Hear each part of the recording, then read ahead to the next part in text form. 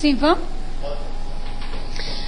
Bom, pessoal, a ideia é dar uma visão geral do uso de redes neurais, tá? E aí, eu escolhi esse tema, reconhecimento de sinais online, que existem mais de um tipo de sinal, e a gente vai ver como é que está hoje, né? Pelo menos até essa época que eu fiz essa apresentação, assim, que eu montei essa apresentação, o uso de redes neurais para os sinais online. Então a gente vai dar uma visão geral, depois ver esses sinais, quais são os que existem, está um pouquinho cortado aqui, mas é o ECG, que é eletrocardiográficos, e o encefalográfico. Mas existem outros sinais também que ele também pode reconhecer do nosso corpo. E pode passar. Voltar. Essa parte de reconhecimento, essas áreas que eu coloquei, teoria da decisão bayesiana, funções discriminantes lineares, métodos estocásticos, aprendizagem não supervisionada e cluster, quer dizer, agrupamentos, e redes neurais multicamadas são áreas que eu posso, tudo isso, trabalhar como fosse técnicas de reconhecimento de padrões. Então, eu sempre vou ter esse fluxo aí no final. Ele está um pouco cortado, mas aqui não perdeu a informação, tá? Ele só cortou o pedacinho do quadrado. Sempre eu vou ter a parte de coleta de dados. Então, se eu quero reconhecer um padrão, seja uma imagem ou seja um sinal, eu vou primeiro fazer essa coleta dessa informação. Depois eu vou extrair as características que eu quero reconhecer. Vou escolher qual é o modelo que eu vou aplicar nessas áreas que eu acabei de colocar ao lado. E vou conseguir fazer o treino para fazer o classificador funcionar. Se for com redes neurais, eu vou ensinar a rede a aprender esse sinal ou essa imagem para depois fazer a classificação, o reconhecimento desse padrão. Então aí é um exemplo, né? Realmente aqui cortou um pedacinho, mas é o exame que a gente faz de eletrocardiográfico, quer dizer, o pulso, tanto ventricular como auricular. E por esse sinal aí, a gente pode reconhecer se uma pessoa está com pré-infarto, está tendo infarto, ou está prestes assim a ter possibilidade de ter infarto, o mau funcionamento de qualquer um desses sinais, porque tem uma forma de analisar essas ondas, tá? E aqui eu botei, abaixo tem, utilizamos redes neurais, dois tipos de redes neurais, MART, porque na época era a que estava envolvida na minha tese, combinada com essa fuzzy, que recebe resultados que é uma faixa, não é 0 e 1 fixo. Então, a gente aplicou esses dois tipos de redes para reconhecer o batimento cardíaco, para identificar pacientes da UTI, se eles estão indo bem, se eles estavam bem ou se eles estavam com problemas de acompanhamento. Então, o médico acompanhava na época pela internet, hoje, até comentei já com vocês, eles têm já esse sistema no celular, eles fazem esse acompanhamento dos batimentos cardíacos dos pacientes que estão na UTI. E aí fica sabendo se ele está tendo algum infarto, está prestes a ter infarto, qual a medicação que deve ser atribuída, dizer, ativa a enfermaria para dar tal remédio, mesmo à distância, porque ele está fazendo o acompanhamento. Então, o objetivo, isso foi lá na Espanha, tá? Que fez esse sistema com essa rede MART e Fuzzy ART. Então, aí é o exemplo da onda, tá? Qual é a magnitude dessa PQRST, tem uma proporção que eles têm que ter uma para a outra, para a gente fazer esse cálculo. Então, já vem calculado, na verdade, a parte que faz tipo assim, um pré-processamento do sinal, já vem tratado essa onda. E quando a gente coloca no sistema, ele já vai só classificar se ela está parecendo com uma pessoa que está tendo um infarto ou uma pessoa normal.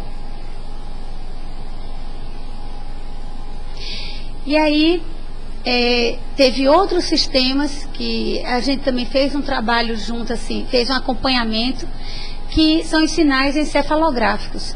Então, isso aqui é um esquema do mesmo jeito que estava lá no início, né, dizendo que você faz a aquisição para o sistema, faz a extração das características, do que você vai classificar, e aí você vai gerar um feedback, quer dizer, você vai gerar um retorno para a pessoa que está emitindo aquele sinal do cérebro, se aquilo está sendo coerente ou não. Por exemplo, uma pessoa está escrevendo, a gente já conseguia reconhecer se a pessoa estava dormindo, raciocinando, a gente dava os testes eram com cálculos matemáticos, então sabia se ela estava raciocinando, se ela estava escrevendo, se ela estava dormindo. Então, pelos sinais que ela emitia do cérebro, ela tinha um retorno para a gente, no caso, não é bem ela, né? A gente é que recebia esse resultado, se era verdade o que estava ocorrendo. Então, primeiro a gente ensinava ao sistema esse comportamento, a pessoa estando dormindo, qual é o sinal que ela emite do cérebro, ela raciocinando qual é o sinal, para depois depois de ensinar a rede, fazer o treino. Sim, Não, aí a gente pegava um grupo, né? Esse trabalho foi feito com um grupo de pessoas e estudava essas pessoas isoladas, e depois ficava tendo um padrão de comportamento. Próximo, não era totalmente igual, mas era próximo o comportamento de um com o outro, exatamente como o eletrocardiográfico. Os sinais também se parecem, eles não são exatamente iguais, mas têm um comportamento semelhante. O do cérebro é mais complicado, porque ninguém faz esses exames constantemente. Não é normal, o pessoal não tem um padrão. Qual é o padrão de uma pessoa pensando, de uma pessoa estudando? Não, porque ninguém está estudando isso ou fazendo um exame médico sobre isso especificamente. A gente quer, com esse trabalho, eles estavam fazendo para ter esse comportamento de depois entender qualquer atividade do cérebro ser mapeado, né? Nesse trabalho já se conseguia fazer 6 mapeamentos de comportamento, mas ainda é pouco, né? A gente tem várias coisas que a gente faz que tinha que identificar também rapidamente. Então, aí ele está mostrando o comportamento, ele ensinando se ele está em movimento, se ele está dormindo. E essa touquinha tinha os eletrodos, né, porque esse teste é externo, né, não é implantado na cabeça da pessoa, e ligado a essa máquina que fazia todo aquele caminho, da coleta, tudo online, tá, pessoal? Então, ele fazia a coleta, fazia o pré-processamento, fazia a classificação e dava o resultado interno para a gente. Aí ele está mostrando um robô que ele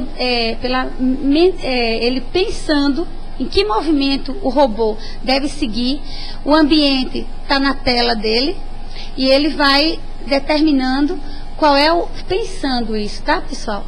Ir para a direita, para a esquerda, porque ele teve que ensinar ao sistema o que é pensar à direita, o que é pensar para dobrar à esquerda. E isso, o computador, o robô ao lado aí, ele acompanha o pensamento da pessoa que está monitorando o sistema. Vejam que ele não está com controle remoto. O controle remoto, na verdade, é a mente, são os sinais encefalográficos, tá? Para frente. Você está indo para trás. Aí, com isso, a gente consegue, quer dizer, a gente que eu digo é essa pesquisa, né? É um pesquisador espanhol que está na Suíça, que é um projeto europeu, financiado pela União Europeia. Ele consegue que as pessoas que são tetraplégicas, né, que não tem nenhum movimento, realmente só a mente mesmo, nem condições de o dedinho, né, usar aquele motorzinho na cadeira elétrica, a cadeira se movimenta com esse controle remoto diretamente do cérebro. Então ele fica pensando para a cadeira ir para frente, para trás, à direita, à esquerda, e a cadeira que ele está, que no caso não seria mais o robô, que antes era o robô naquele teste, seria a própria cadeira dele se movimentando. E aí são os trabalhos, né, que eles desenvolveram, pode passar, só para conhecimento, usando os classificadores neurais. Tudo que tem milhão é ligado a essa pesquisa dos encefalográficos. Pode passar. Tudo é referência.